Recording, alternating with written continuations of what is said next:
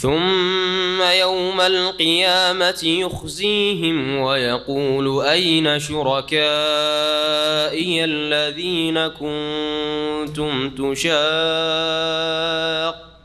فيهم قال الذين أوتوا العلم إن الخزي اليوم والسوء على الكافرين الذين تتوفاهم الملائكة ظالمي أنفسهم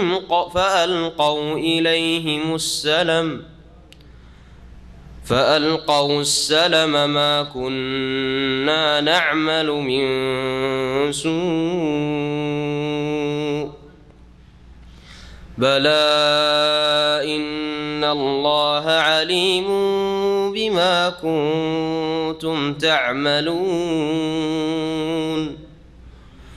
فادخلوا أبواب جهنم خالدين فيها فلبئس مثوى المتكبرين وقيل للذين اتقوا ماذا أنزل ربكم قالوا خيرا للذين أحسنوا في هذه الدنيا حسنة ولدار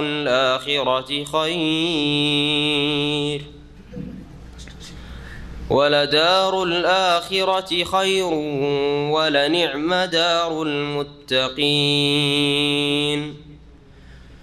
جنات عدن يدخلونها تجري من تحتها الأنهار لهم فيها ما يشاءون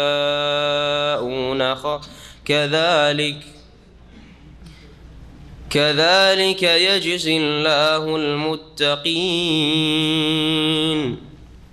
الذين تتوفاهم الملائكة طيبين يقولون سلام عليكم ادخلوا الجنة بما كنتم تعملون هل ينظرون إلا أن تأتيهم الملائكة أو يأتي أمر ربك كذلك فعل الذين من قبلهم وما ظلمهم الله ولكن كانوا أنفسهم يظلمون فأصابهم سيئات ما عملوا وحاق بهم ما كانوا به يستهزئون.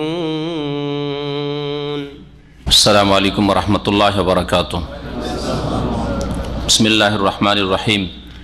الحمد لله رب العالمين والصلاة والسلام على سيد المرسلين نبينا محمد وعلى آله وصحبه أجمعين. قال الذين أوتوا العلم إن الخزي اليوم والسوء على الكافرين. সম্মানিত শ্রোতামণ্ডলী, আল্লাহ পাক রব্বুল আলমিনের যাবতীয় প্রশংসা যে আল্লাহ পাক রব্বুল আলমিন দুনিয়া সৃষ্টি করেছেন মানুষের কর্মের সুযোগ সুবিধা দেওয়ার জন্য, আর তারপরে আল্লাহ পাক পরকাল সৃষ্টি করেছেন বা করবেন তা মানুষকে তাদের দুনিয়ার কর্মের প্রতিফল বদলা দেওয়ার উদ্দেশ্যে। সালাত এবং সালাম নাযিল করেন মুহাম্মদ রাসূলুল্লাহ সাল্লাল্লাহু আলাইহি সাল্লামের উপর, যিনি মানব জাতিকে তাদের অনিষ্টের রাস্তা থেকে, তাদের ক্ষতির রাস্তা থেকে সতর্ক করেছেন, ভালো রাস্তা দেখিয়েছেন।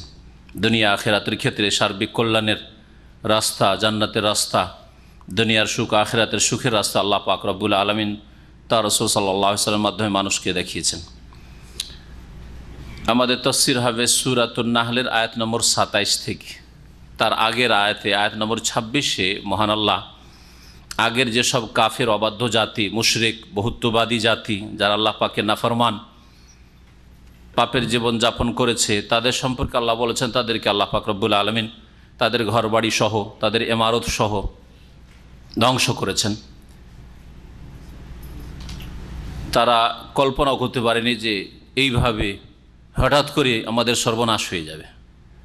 আর তারপরে আখেরাত সম্পর্কে আল্লাহ পাক বলছেন আয়াত নম্বর 27, কাফের মুশরিকরা যে কোনো যুগের হোক না কেন, মহান আল্লাহ বলছেন সুম্মা ইয়াউমাল কিয়ামাতি ইউখজিহিম, অতঃপর কিয়ামতের দিনে তাদেরকে আল্লাহ পাক লাঞ্ছিত অপদস্থ করবেন। ওয়া ইয়াকুলু, এবং আল্লাহ পাক তাদেরকে বলবেন সম্বোধন করে এই কাফের মুশরিকদেরকে, আইনা শুরাকাইয়াল্লাযীনা কুনতুম তুশাকুনা ফীহিম, আমার ওই শরীকগুলি কোথায়, আমার ওই পার্টনার অংশীদারগুলি কোথায়, যাদের সম্পর্কে তোমরা বাক বিতণ্ডা করতে, তুশাকুনা, তোমরা বিরোধিতা করতে আল্লাহর বিধানের, তাদেরকে নিয়ে আল্লাহ পাকের বিধানের, তৌহিদের, আম্বিয়া রসুলগণের বিরোধিতা করতে। শাক্কায় শাক্ক মানে বিরোধিতা করা, বিরুদ্ধাচরণ করা, বাক বিতণ্ডা করা। শেকাক মানে হচ্ছে ঝগড়া বিবাদ। তো এদেরকে নিয়ে যে সব দেবদেবীর তোমরা পূজা করেছো, অথবা কোনো ব্যক্তির জীবিত মৃতের পূজা করেছো, তাদেরকে সেজদা করেছো, তাদের তৈরি করা মতবাদ বা ধর্মকে তোমরা পালন করেছো, আর তাদেরকে পেশ করে বাক বিতণ্ডা করেছো। ওই সব শরীকগুলি কোথায় যারা বিধান রচনা করত, যাদেরকে সেজদা দিতে, যাদের কাছে ছেলে মেয়ে চাইতে, যাদের কাছে রোগের আরোগ্য চাইতে, যাদেরকে মনে করতে এরা বিদ্যা দিতে পারে, এরা রুজি দিতে পারে, এদের হাতে সব কিছু ইত্যাদি, ওরা কোথায়? ওই সব শরীকগুলি কোথায়? আল্লাহ ছাড়া অন্য যে সবের পূজা হয়েছে, সে কোনো মূর্তি প্রতিমারই হোক, অথবা কবর মাজারের হোক, আর কোনো গাছপালার হোক, যেগুলিকে দাঁড় করে আমার বিরুদ্ধে, আমার সামনে শরীক স্থাপন করে তোমরা বাক বিতণ্ডা করেছিলে, দুনিয়ায় তর্কে জড়িয়েছিলে নবী রসুলগণদের সাথে এবং তাদের অনুসারী মমিন মুসলিমদের সাথে। ওরা কোথায়? হাজির করো তোমাদের ওই সব উপাস্যদেরকে। কাল আল্লাযীনা উতুল ইলমা ইন্নাল খিজিয়াল ইয়াওমা ওয়াসু আলাল কাফিরিন, সেই দিন ওই সব লোকেরা যাদেরকে সঠিক জ্ঞান দেওয়া হয়েছে, যাদেরকে জ্ঞান দেওয়া হয়েছে, অর্থাৎ যারা দিন ইসলামের সঠিক জ্ঞান রাখত, আল্লাহ পাক সম্পর্কে তাদের সহি জ্ঞান ছিল, আল্লাহ পাকের দিন সম্পর্কে তাদের সহি জ্ঞান ছিল, অর্থাৎ মমিন, ওরা বলবে সেই দিন। কাফের তো নীরব, কোনো জবাব পাচ্ছে না, কারণ তাদের উপাস্যদেরকে হাজির করতে পারছে না।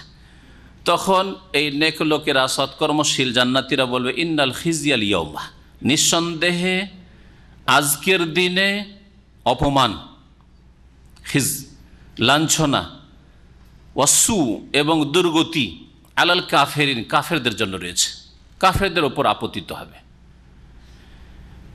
আল্লাযীনা তাতাওয়াফাহুমুল মালায়েকাতু যালিমা আনফুসিহিম, এসব কাফের জালেম কারা?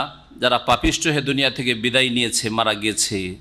আল্লাহ পাক বলছেন এরা ওই সব লোকেরা, তাতাওয়াফাহুমুল মালায়েকা যালিমা আনফুসিহিম, তাদের নিজেদের ওপর জুলম করা অবস্থায় ফেরেশতাগণ যাদের আত্মাগুলি হরণ করেছে, যাদেরকে মৃত্যু দিয়েছে।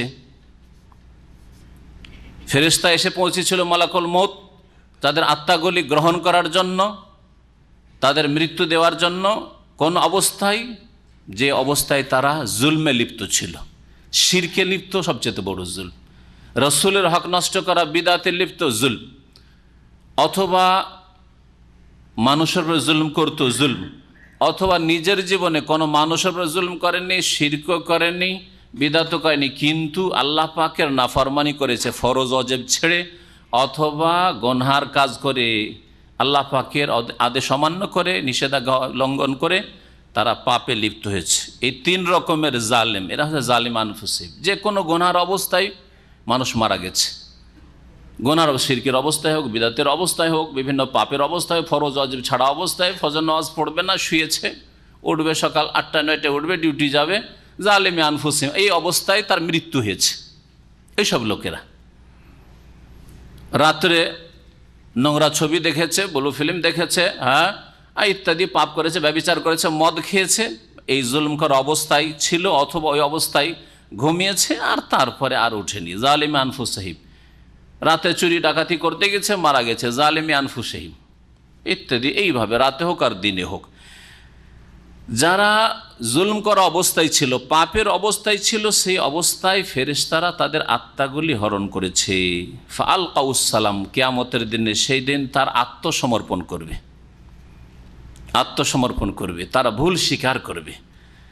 আর ভুল স্বীকার করে নিজেকে রক্ষা করার জন্য বিভিন্ন পন্থা কৌশল অবলম্বন করবে। তার মধ্যে একটা হচ্ছে অস্বীকার করা। প্রথমখানে ভাবছিল যে যদি কিছু মিছা কথা বলে পার পেয়ে যায়, সেই জন্য তারা বলে মা কন্যা না আমাল মিনসু, আমরা তো কোনো মন্দ কাজ পৃথিবীতে করিনি। বিশেষ করে যারা সংস্কারের নামে ইসলাম বিরোধিতা করে, তারা এখনও বলে তারা তো কোনো মন্দ কাজ করে না, তারা সংস্কার করছে, ইসলামেরও সংস্কার করবে তারা। হ্যাঁ, দেশের সংস্কার চায়, সমাজের সংস্কার চায়, আর মানবরচিত বিধান এরাও। আর ওই সব লোকেরা যারা বলে আল্লাহ পর্যন্ত আমরা পৌঁছাতে চাই, মানুষকে আল্লাহর রাস্তায় লাগাতে চাই, সেই জন্য শিরিক করায়, বিদাত করায়। সরাসরি কি করে একজন পাপী তাপী গুনাহগার মানুষ, সাধারণ মুসলিম আল্লাহ পর্যন্ত পৌঁছিবে? ওসিলা লাগবে। ওসিলা মানে পীর ধরতে হবে, ওসিলা মানে ওরসে যেতে হবে, মাজারে যেতে হবে। হ্যাঁ, এসব শিখিয়েছে। এরা অস্বীকার করবে মা কন্যা নামাল মেনসু, কোনো মন্দ কাজ তো আমরা করিনি পৃথিবীতে, কোনো পাপের কাজ করিনি। বালা, সেই দিন আল্লাহ পাক বলবেন হ্যাঁ অবশ্যই করেছো, তোমরা অবশ্যই পাপ করেছো।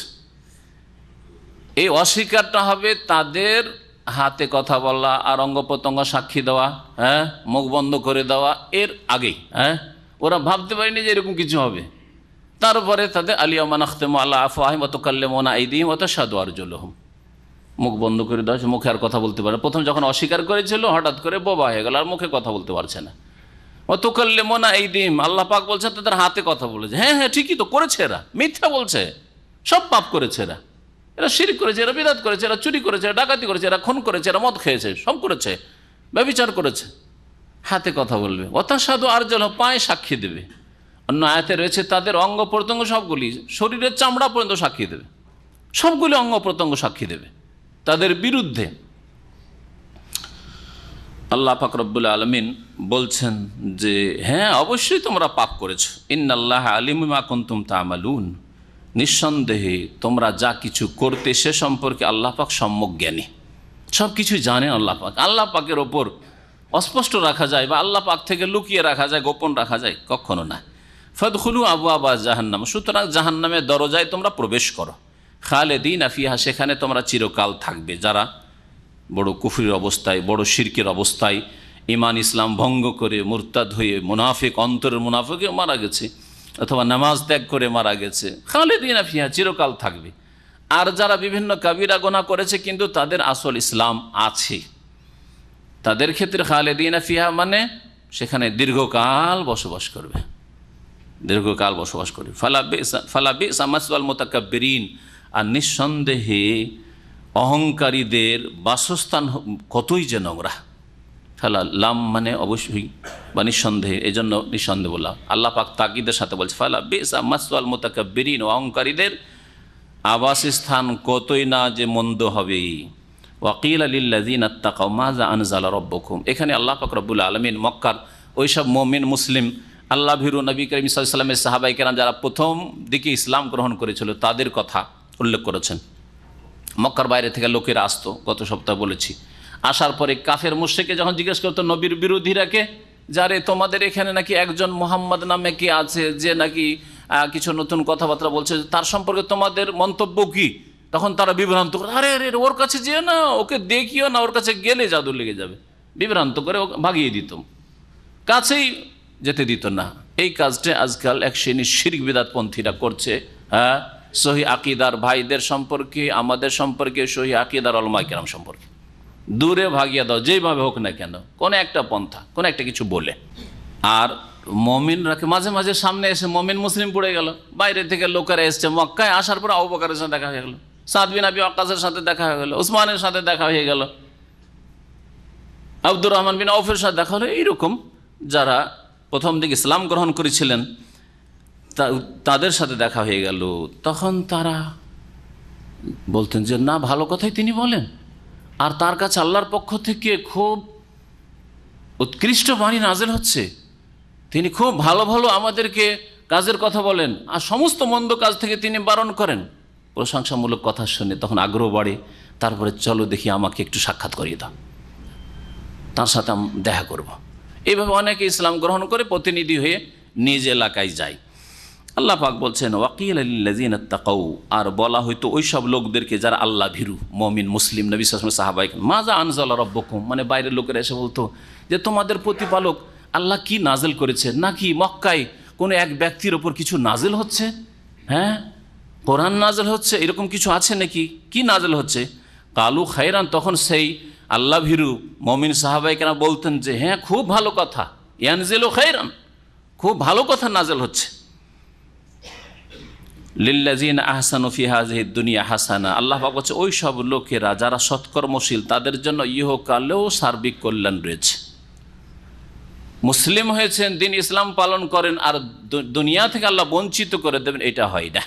দুনিয়াতেও কল্যাণ রয়েছে, আর সবচেয়ে বড় কল্যাণ হচ্ছে দুনিয়ার মানসিক শান্তি, যেটা পয়সা দিয়েও পয়সাওয়ালা কাফের মুশরিক আর বেদিনগুলো পায় না, পাপীরা পায় না। মনের শান্তি। একজন গরিব মুসলিম, একজন অভাবী মুসলিম, তার কাঁচা ঘরে আর সে অভাবের অবস্থায় খাবার হয়তো জোটাতে পারে, তারপরে যেই শান্তিতে শুকনো রুটি খেয়ে আর ডাল ভাত খেয়ে যেই শান্তি পায়, বড় বড় রাজা ধীরাজাও পায় না, যারা ঈমান থেকে বঞ্চিত হয়ে গেছে, দিন ইসলাম থেকে বঞ্চিত হয়ে আছে, সহি আকীদা থেকে বঞ্চিত হয়ে আছে, পরকাল সম্পর্কে চিন্তাশীল হওয়া থেকে বঞ্চিত রয়েছে, কোনো শান্তি পায় না। তাদের টেনশনের আর মানসিক অশান্তির শেষ নেই তাদের। যার ফলে আজকালকার পরিসংখ্যান বলছে যে দুনিয়ার সবচেয়ে ধনী দেশগুলিতে ধনী সমাজে আত্মহত্যা বেশি। আর আত্মহত্যা পেটের দায়ে যদি করে তো গরিবরা করবে, তো গরিব ধার্মিক লোক তো আত্মহত্যা করে না। আল্লাহ ভীরু লোক, কোনো নামাজি আর মমিন সত্যিকার সহি আকীদাওয়ালা লোক তো আত্মহত্যা করে না, যতই কষ্ট হোক না কেন। আত্মহত্যা তো পয়সাওয়ালারা বেশি করছে, যারা সবচেয়ে বেশি হারাম ভোগ বিলাস করছে, জেনায় মদে হারামে ডুবে আছে, ওরাই বেশি আত্মহত্যা করছে। যাদের কাছে প্রেম করা কোনো ব্যাপার না, হ্যাঁ, অবৈধ প্রেম, একটা স্ত্রী আর বাকি কত শত আছে আল্লাহ জানে, তাদের মধ্যে আত্মহত্যা বেশি। কোথায় শান্তি তো পায় না হারাম ভোগ বিলাস করে। আল্লাহ পাক রব্বুল আলামিন বলছেন যে তাদের জন্য, যারা সৎকর্মশীল তাদের জন্য কি রয়েছে? ফি হাযিহিদ দুনিয়া হাসানা, দুনিয়াতেও কল্যাণ রয়েছে। ওয়ালা দারুল আখিরাতে খাইর, এবং আখিরাতের যে ঘর রয়েছে সেটা আরও উৎকৃষ্ট। পরকালে যে জান্নাত রয়েছে আর সুখের জায়গা রয়েছে সেটা আরও উৎকৃষ্ট। মত হয়ে গেলে যে এত আরাম রয়েছে যে ও চায় যে কদ্দেমুনি কদ্দেমুনি, তাড়াতাড়ি আমাকে পৌঁছাও। নবী সাল্লাল্লাহু আলাইহি হাদিসে রয়েছে যে নেক মানুষ যখন মারা যায় আর ওর জানা যায় আর দাফনে বিলম্ব করে, তখন বলে আমাকে এইরকম কষ্ট কেন দিচ্ছ? কদ্দেমুনি, তাড়াতাড়ি আমাকে পৌঁছাও না, আরামের জায়গায় পৌঁছাও, আমি এখানে শান্তি পাচ্ছি না, আমার আত্মা শান্তি পাই না। কদ্দেমুনি। আর অসৎ লোক যখন মারা যায় আর ওকে কাঁধে করে নিয়ে যাওয়া শুরু করে, যে তখন দাফন করব, হ্যাঁ, তখন ভাই এই না তো যাবো নবী, কোথায় আমাকে নিয়ে যাচ্ছ, কোথায় আমাকে নিয়ে যাচ্ছ, কোন বিপদ আমাকে নিয়ে যাচ্ছ, নিয়ে যেও না।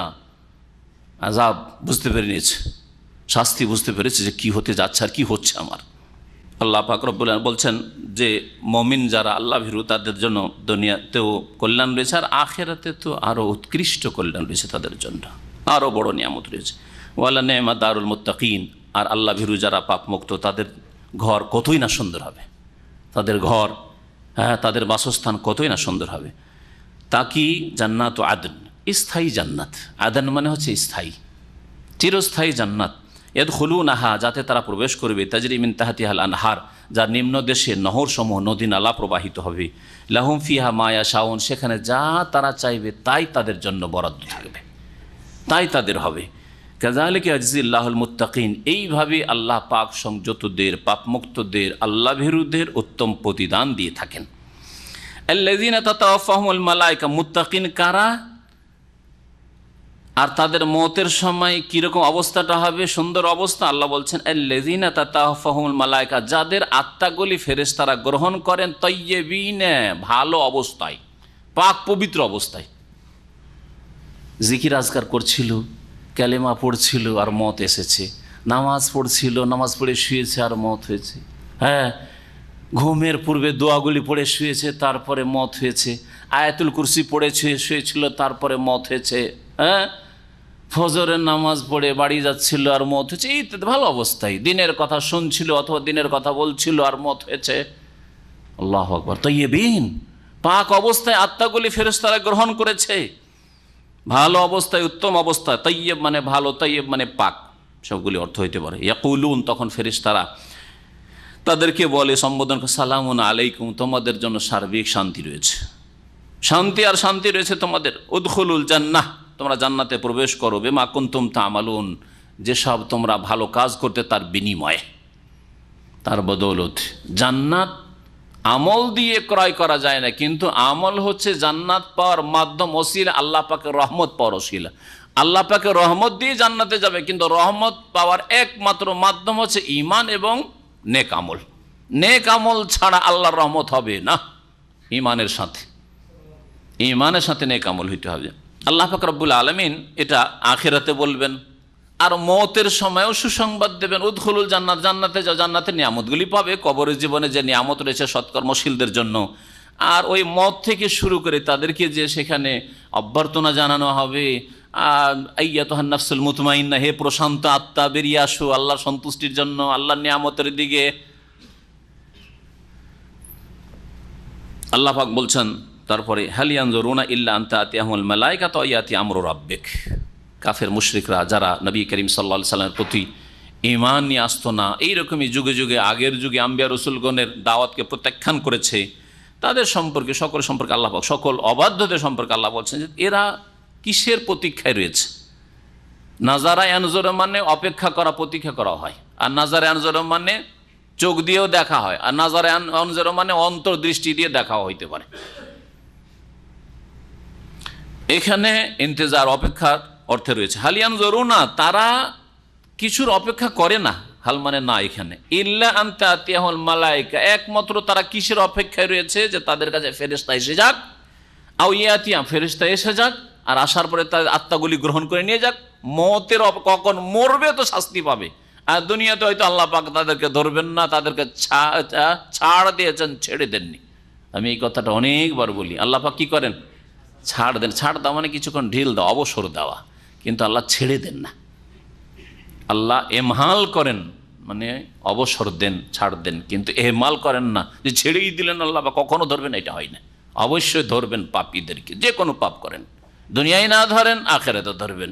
আজকে না ধরেন, আজকের গুনার কারণে 5 বছর পরে আপনি শাস্তি পাচ্ছেন, হতে পারে।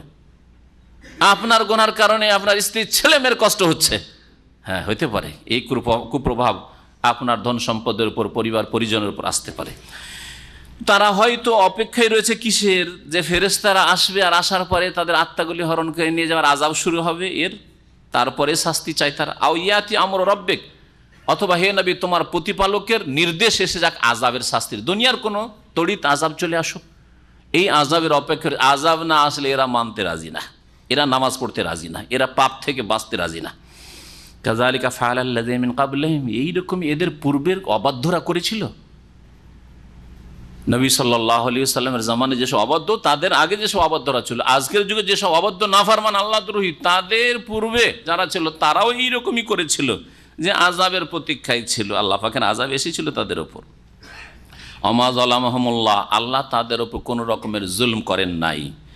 ওয়ালাকিন কানু আনফুসাহুম ইয়াজলিমুন, তারা নিজেদের উপর জুলুম করতো। ফাআসাবাহুম সাইয়্যাতু মা আমিলু, তাদের যে পাপকর্ম ছিল, সাইয়্যাতু মা আমিলু, পাপ কর্মের কুপরিণাম তাদের ওপর আপতিত হইল। আসাবা ইউসু মানে পৌঁছে যাওয়া, অর্থাৎ তাদের ওপর এসে পড়া। ওয়াহাকা বিহি মা কানু বিহি ইস্তাহজিউন, আর যা নিয়ে তারা উপহাস করতো তা তাদেরকে ঘিরে ফেললো। আকা ইয়াহিকু মানে ঘিরে ফেলা, পরিবেষ্টন করা। ওয়াকাল আল্লাযীনা আশরাকু, মুশরিকরা যে ইসলাম গ্রহণ করতো না, নবীর প্রতি ঈমান নিয়ে আসতো না, কোরআনের কথা মানতে রাজি নয়, তারা একটা অজুহাত পেশ করত। সেই অজুহাত হচ্ছে তাকদীরের অজুহাত। আর আজকের পাপী মুসলিমরা, যারা আল্লাহর নাফরমান মুসলিম জীবনের বিভিন্ন ক্ষেত্রে, তারা এইরকমই তকদীরকে নিজের জন্য আড় তৈরি করে, কর্ম করবে না, সংশোধন হওয়ার চেষ্টা করবে না, আর তকদীরের দোহাই পাড়ে তারা। এটা হচ্ছে কাফেরদের চরিত্র। এখানে তারা তকদীরকে পেশ করেছিল যে আল্লাহ চাইলে তো আমাদেরকে হেদায়েত করে দিতেন, আল্লাহ যদি চাইতেন তো আমাদেরকে মুহাম্মাদের অনুসারী করে দিতেন, আল্লাহ যদি চাইতেন তো আমাদেরকে নামাজি করে দিতেন, তো আল্লাহ করেননি, তাহলে আমাদের দোষ কি? তকদিরকে অজুহাত বানানো, তকদিরের দোহাই দেওয়া, এই কাফের মুশরিকদের চরিত্র এটা। কিন্তু আল্লাহ পাক রব তাদের খণ্ডন করেছেন শরীয়ত দিয়ে। আল্লাহ পাকের সৃষ্টিগত কাজ আল কাদরুল কৌনি বা এরাদা কৌনিয়া, সৃষ্টিগত ইচ্ছা, আর আল্লাহ পাকের একটা হচ্ছে এরাদা শারঈয়া, বিধানগত ইচ্ছা। দুটো কথা ভালো করে বুঝেন। আর এর আগে অনেকবার এই বিষয়টা বলেছি। আল্লাহ পাকের সৃষ্টিগত ইচ্ছা যে পৃথিবী খেলনাঘর, হ্যাঁ, টয় টাউন, এখানে তোমাদেরকে স্বাধীনভাবে ছেড়েছি। ভালো কাজ করার ক্ষমতা প্রত্যেকের শরীরে আছে, মন মেজাজে আছে, আর মন্দ কাজ করার প্রত্যেকের শরীরে আছে। যারা ভালো করছেন সবসময় কাজ, তাদের মধ্যে গুনাহ করার ক্ষমতা আছে, আছে না নেই? আছে। আর যারা গুনাহ পাপ করছেন, শিরক কুফরি করছেন, আল্লাহকে সেজদা না করে কবর মাজার সেজদা করে দেবদেবীকে সেজদা করছেন, নামাজ না পড়ে ঘুমিয়ে থাকছেন, স্বাধীনভাবে পাপ করছেন, তাই না? আল্লাহ পাক রব্বুল আলামিন, এটা হচ্ছে সৃষ্টিগত ইচ্ছা, আল মাশিয়াতুল কৌনিয়া বা আল ইরাদাতুল কৌনিয়া, সৃষ্টিগত ইচ্ছা। আল্লাহ পাক রব্বুল আলামিন জানছেন না যে মানুষরা পাপ করছে? জিজ্ঞাসা, আল্লাহ জানছেন না? যদি বলেন দুটোর একটা, আল্লাহ জানেন না, তাহলে আল্লাহর অজ্ঞতা। আমরা যেমন অজ্ঞ থাকি, আরে ছেলেমেয়েরা কি করছে না করছে, অপকর্ম করছে, পাপ করছে, খবর রাখি না, তাই না? পরিবার কি করছে না করছে, খবর রাখি না। আমাদের এটা দুর্বলতা, কমজোরি। আল্লাহ সমস্ত দুর্বলতা থেকে মুক্ত। সুতরাং আল্লাহর বান্দারা, আল্লাহ সৃষ্টিরা পৃথিবীতে কি করছে না করছে সম্যজ্ঞানী, আলিমুল খাবির, ঠিক না? আল্লাহ জানছেন, তা আল্লাহর খবর আছে আল্লাহর কাছে যে কি হচ্ছে না হচ্ছে পৃথিবীতে, কে ভালো করছে কে মন্দ করছে। আল্লাহ পাক রব্বুল আলামিন পৃথিবীতে যা করছে মানুষরা, আল্লাহ পাক রব্বুল আলামিন এটাতে যদি তার ক্ষমতা দিয়ে বাধা দিতেন, তো বাধা দিতে পারতেন না? সক্ষম। যদি বলেন না, আল্লাহ পাকের ক্ষমতার বাইরে এটা, যে পাপীকে থামানো, মুশরিককে থামানো, তাহলে আল্লাহ অপারগ হয়ে যান। ওমা আনতুম বিমুজিজিন, আল্লাহ কোরআনে মুজিজিন এই শব্দটি বহুবার ব্যবহার করেছেন। তোমরা আল্লাহকে ব্যর্থ করতে পারো না, আল্লাহ অপারগ না, আমরা অপারগ। অনেক সময় নিজের স্ত্রীকে ঠিক করতে পারছেন না, ছেলে মেয়েকে ঠিক করতে পারছেন, অপারগ হয়ে যাচ্ছেন। পড়াইতে চাইছেন, পড়েন না। নামাজি বানাইতে চান, নামাজি হয় না। হ্যাঁ, সুবহানাল্লাহ। এইদিকে যেতে বলছেন, ওইদিকে যাচ্ছে, অপারগ, পারছেন না। আল্লাহ পাক রব্বুল আলামিন অক্ষম, অপারগ নন। সুতরাং আল্লাহ পাক রব্বুল আলামিন যদি জবরদস্তি চাইতেন, বাই ফোর্স চাইতেন, যে আমি প্রত্যেককে দিন ইসলামের ওপর কায়েম করে দিব, তো সক্ষম কিনা? সক্ষম। কিন্তু এইটা করে দিলে আল্লাহ পাকের পরীক্ষার রহস্য কিছু থাকতো? সবাই তো ভালো কাজ, আর পরীক্ষা আবার কিসের? যে ভালো হওয়ার সেও ভালো, যে ভালো না হওয়ার ও বাধ্য হয়ে ভালো, তাই না? পাথরের মতো হয়ে যেত। আল্লাহ ওইটা করেননি, পরীক্ষা যেহেতু উদ্দেশ্য। কিন্তু তার মানে এই নয় যে স্বাধীনতা ছিনিয়ে নিয়েছেন, আল্লাহ স্বাধীনতাও দিয়েছেন। ভালো কাজও করতে পারি, খারাপটাও করতে পারি, কিন্তু আমি ভালোটা করছি। আর একজন ভালো করতে পারে, খারাপও করতে পারে, ও খারাপ কাজটা। তো এটা হচ্ছে এরাদা কৌনিয়া। আর এরাদা শারঈয়া, আল্লাহ পাকের বিধানগত ইচ্ছা। আল্লাহর বিধানগত ইচ্ছা কি? সারা পৃথিবীর মানুষ ফেরেশতা চরিত্রের হয়ে যাক। আল্লাহর ইচ্ছা এটা নয়? বলছেন না যে আল্লাহ কি চান না? তার শরীয়তে, তার কিতাবে, তাওরাতে, ইনজিলে, কোরআনে এই নাজিল করেন। আম্বিয়া রাসূলগণকে কি জন্য পাঠিয়েছেন? যে সারা পৃথিবীর মানুষ, আদম সন্তান, একটিও মুশরিক না থাকে, একজনও নবী রাসূলের অবাধ্য না থাকে, একজনও যাতে করে অসৎ না থাকে, একজনও যাতে করে হারাম না খায়। আল্লাহ চান না এটা? শরীয়তগত দিক থেকে চান, বিধানগত দিক থেকে, আল্লাহর শরীয়তে। এই জন্য কোরআনে কারিমে আল্লাহ বলছেন, ওয়ালা ইয়ারদা লিইবাদিহিল কুফর, বান্দার কুফরি করা কখনো আল্লাহ পছন্দ করেন না।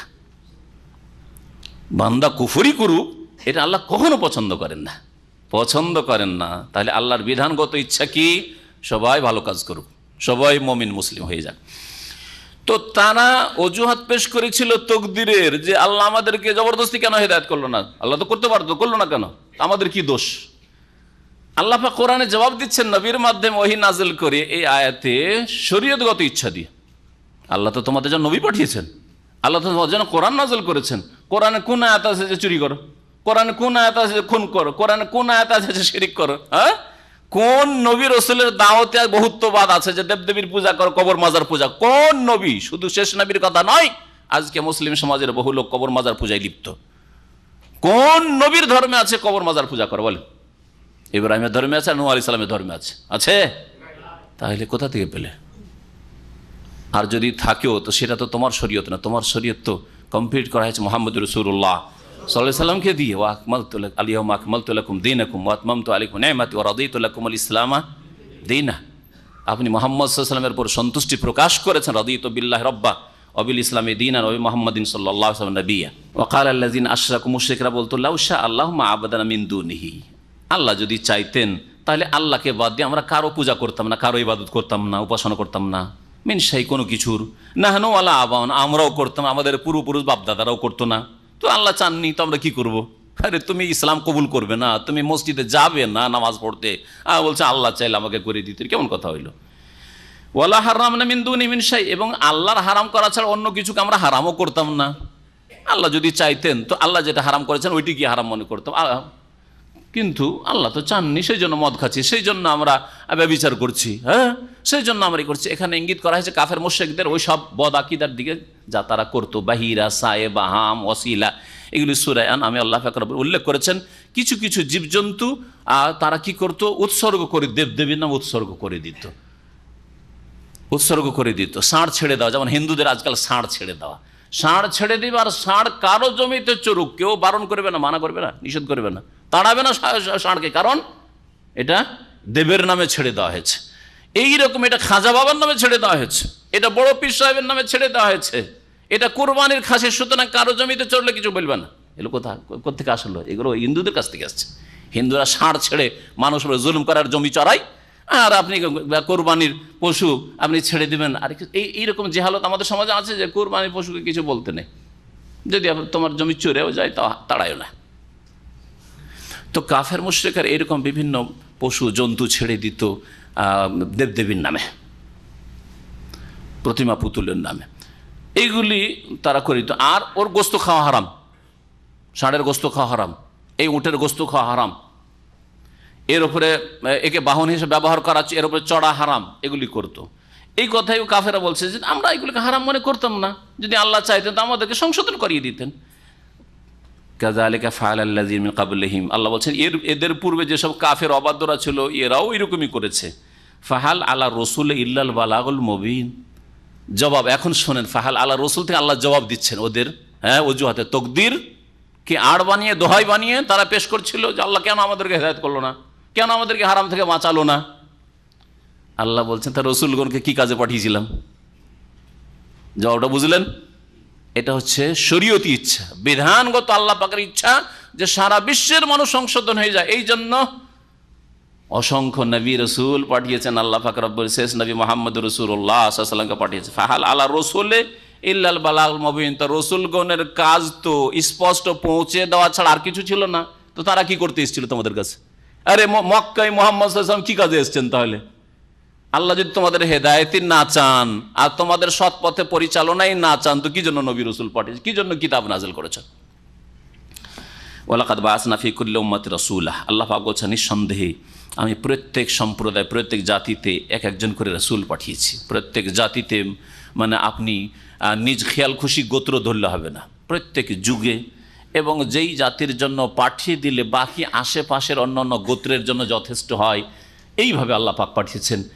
একজন রাসূল পাঠার পরে কয়েকশো বছরের জন্য যথেষ্ট হইতে পারে, এইভাবে আল্লাহ পাক রব্বুল পাঠিয়েছেন। অনেক সময় একই যুগে বিভিন্ন এলাকায় একাধিক রসুলও পাঠিয়েছেন আল্লাহ পাক রব্বুল। যেমন আম্বিয়া রসুলগণের ইতিহাস প্রমাণ করে কোরআনে কারীমে যেসব নবী রসুলগণের কথা উল্লেখ হয়েছে, ইব্রাহিম আলাইহিস সালাম, লূত আলাইহিস সালাম, মূসা আলাইহিস সালাম, হারুন আলাইহিস সালাম, তাই না? তো আল্লাহ পাক রব্বুল আলামিন রসুল পাঠিয়েছেন প্রত্যেক গোত্রে। শেষ নবী মুহাম্মদ সাল্লাল্লাহু আলাইহি ওয়াসাল্লামকে পাঠিয়েছেন, আর কোনো নবী রাসূল আসবে না, আসবে না, এই দরজা বন্ধ করে দেওয়া হয়েছে। তাহলে এই কাজ, হ্যাঁ এই কাজ যতটা নবী সাল্লাল্লাহু আলাইহি ওয়াসাল্লাম করেছেন, আর তার যারা স্থলাভিষিক্ত কোরআন সুন্নাহর উলামায়ে কেরামরা, তৌহিদে জ্ঞানী উলামায়ে কেরাম রয়েছেন, তাদের ওপরে দায়িত্ব ন্যস্ত করা হয়েছে যে নবী, শেষ রাসূলের দাওয়াত সারা বিশ্বের মানুষের কাছে তোমরা পৌঁছিয়ে দেবে। আর যদি না পৌঁছাও তো কিয়ামতের দিনে জবাবদিহি করতে হবে। লেখাপড়া করলে আর নীরব হয়ে বসে গেলে একটা চাকরি পেয়ে গেলাম আর একটা নিজের পেটের ব্যবস্থা হয়ে গেছে, সুতরাং 20 বছর 30 বছর পড়াশোনা করেছি নিজের জন্য, আর কারোর জন্য না, জবাবদিহি করতে হবে কিয়ামতের দিনে। দিনের দাওয়াত যদি না পৌঁছায়, কারণ এরা হচ্ছে নবী করিম সাল্লাল্লাহু আলাইহি সাল্লামের ওয়ারিস, ওয়াল উলামা ওয়ারাসাতুল আম্বিয়া। কিন্তু আলেম মানে আমাদের দেশি পরিভাষায় আলেম না। দু চার অক্ষর পড়লেই আলেম হয়ে যায়, আর শিরক বিদাত পড়লেও আলেম হয়ে যায়, আর ভেজাল বিদাত মগজে ঢুকে থাকলেও আলেম হয়ে যায়।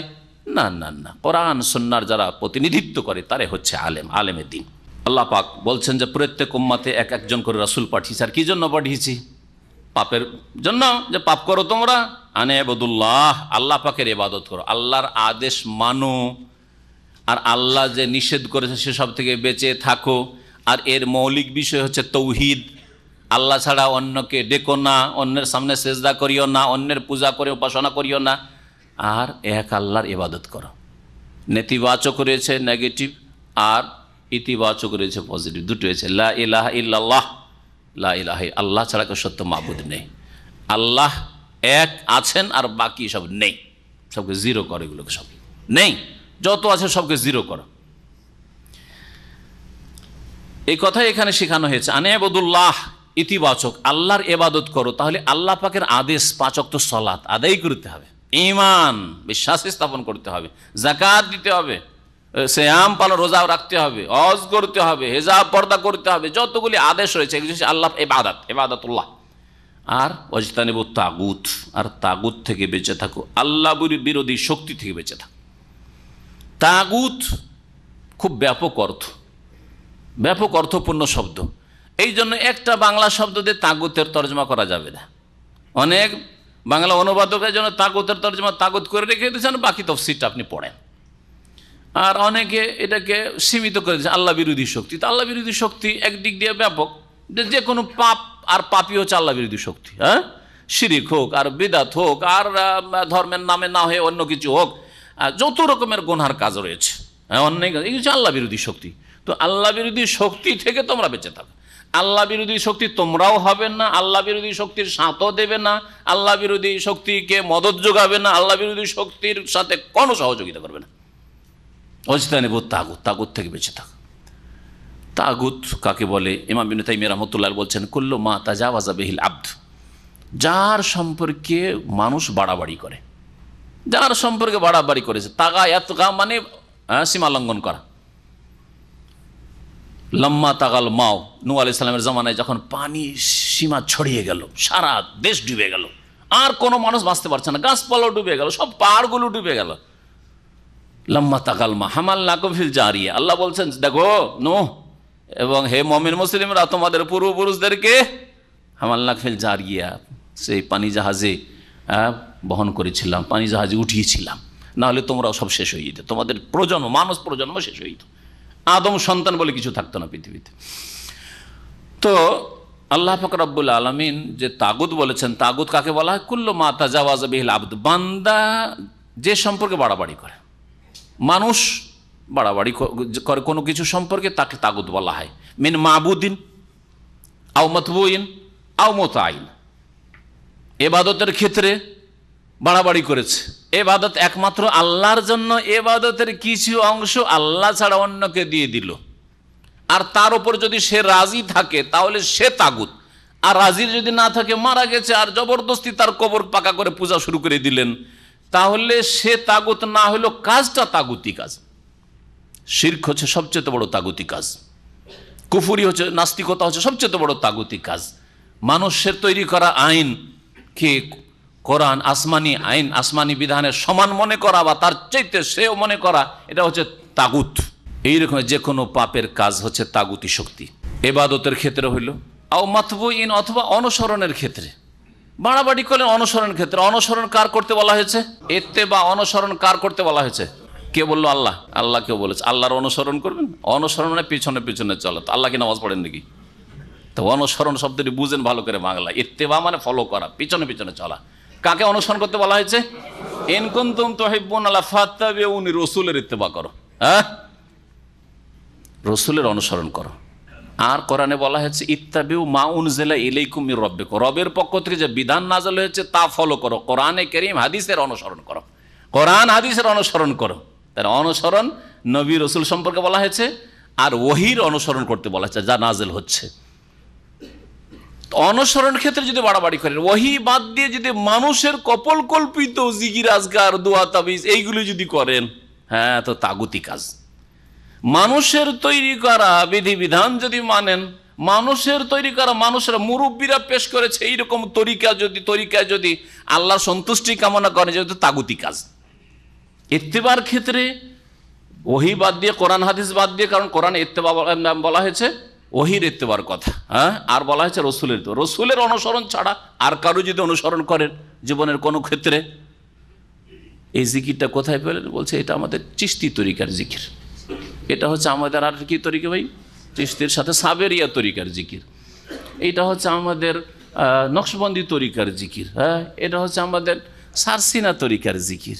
নবীর জিকির, নবীর তরিকা কোথায় গেল? নবীর তরিকা কোথায় গেল? নবীর তরিকা বাদ দিয়ে এই তরিকাগুলি নাজল হয়েছে, অনুসরণ করতে বলা হয়েছে যার নাজল হয়েছে আর রসুল, হ্যাঁ, ওহী আর রসুল, এই কথাই বলা হয়েছে কোরআনে কারীম। আর দেখান তো দেখি যে বড়দের অনুসরণ করতে হবে। আরে তোমার বাপ যদি বেনামাজ, তুমি অনুসরণ করে নামাজ পড়বে না? বাপ দাঁড়িয়ে রাখে না, তুমিও দাঁড়িয়ে রাখবে না? বাপ চোর, তুমিও চুরি করবে নাকি? বাপ হারাম খায়, সেজন্য তুমিও হারাম খাবে না? কখনো অনুসরণ নেই। বলছিলাম অনুসরণ ক্ষেত্রে কেউ যদি বাড়াবাড়ি করে সেটাও তাগুত, আর তাতে যদি সন্তুষ্ট থাকে সে তাগুত। আর এই রাস্তাটা তাগুতি রাস্তা। আও মুতাইন, আনুগত্যের ক্ষেত্রে, মানার ক্ষেত্রে যদি বাড়াবাড়ি করা, আতিউল্লাহ, আল্লাহর আনুগত্য করো পুরোপুরি, হ্যাঁ, রাসূলের আনুগত্য করো পুরোপুরি, বা উলিল আমরে মিনকুম, তোমাদের নেতাদের, ধর্মীয় নেতা উলামায়ে কেরামদের আনুগত্য, আর শাসক, দুনিয়ার নেতা শাসক গোষ্ঠী, তাদের আনুগত্য করো। আল্লাহ বলেছে উলিল আমরে মিনকুম। কিন্তু যখন দ্বন্দ্ব হবে, একজন বলছে এইরকম, আরেকজন বলছে এইরকম, শাসক নেতা বলছে একরকম আর কোরআন হাদিস বলছে আর এক রকম, রসুল বলছেন আর এক রকম, তখন কি করবে? তখন চিন্তা করতে হবে যে তাহলে অন্ধ আনুগত্য নেতার নেই। আলেম ফতোয়া দিচ্ছে একরকম, আর আরেকজন আলেম আর এক রকম ফতোয়া দিচ্ছে। দুই আলেম, তিনজন তিন রকম ফতোয়া দিচ্ছে, চার মাযহাবে চার রকম ফতোয়া। সূরা ফাতিহা নামাজে মুক্তাদির পড়া ফরজও আবার নাজায়েজও, বুঝলেন না? ঠিক না? দুটাই ঠিক না? দুটাই ঠিক। কেন, কেমন কথা? এক মযহাবে সূরা ফাতিহা পড়া মুক্তাদির জন্য হারাম, আর এক মযহাবে সূরা ফাতিহা মুক্তাদির জন্য পড়া ফরজ, না পড়লে নামাজ হবে না। বলছে চার মযহাবই যখন ঠিক, তাহলে এইটাও ঠিক ওইটাও ঠিক। ফরজ সূরা ফাতিহা না পড়াও ফরজ, এটাও ঠিক, আর সূরা ফাতিহা পড়া হারাম, এইটাও ঠিক না? এতটুকু সেন্স আল্লাহ দিয়েছেন যে বুঝতে পারছেন না যে দুটাই ঠিক কি করে পরস্পর বিরোধী। তারপরে তাহলে চারটি কি করে ঠিক হইতে পারে? লজ্জা স্থানে হাত গেলে উযু নষ্ট হয়ে যায়, আর লজ্জা স্থানে হাত গেলে উযু নষ্ট হয় না, দুটাই ঠিক। উযু নষ্ট হয়, নষ্টও হয় না, দুটাই ঠিক না? কেমন কথা বলছেন? তারপরে মযহাব কি করে ফরজ হয়ে গেল? তাহলে বোঝা গেল একটা ফরজ, হ্যাঁ, দুটো কথার মধ্যে একটা মানা ফরজ। কোনটা মানা ফরজ? যেটা ওহীতে আছে, কোরআন হাদিসে আছে, যেটা রসুলের তরিকা আছে। ওটা তলাশ করার জন্য এখন গবেষণা করতে হবে। দুনিয়ার পেটের জন্য অনেক মেহনত করছেন, দিনের জন্য মেহনত করবেন না? অবশ্যই করতে হবে। তা আনুগত্যের ক্ষেত্রে যদি বাড়াবাড়ি করেন, আমার নেতা বলেছে, আর কিছু দেখা দেখি নেই, ধর্মঘট করতে হবে, সফল করতে হবে।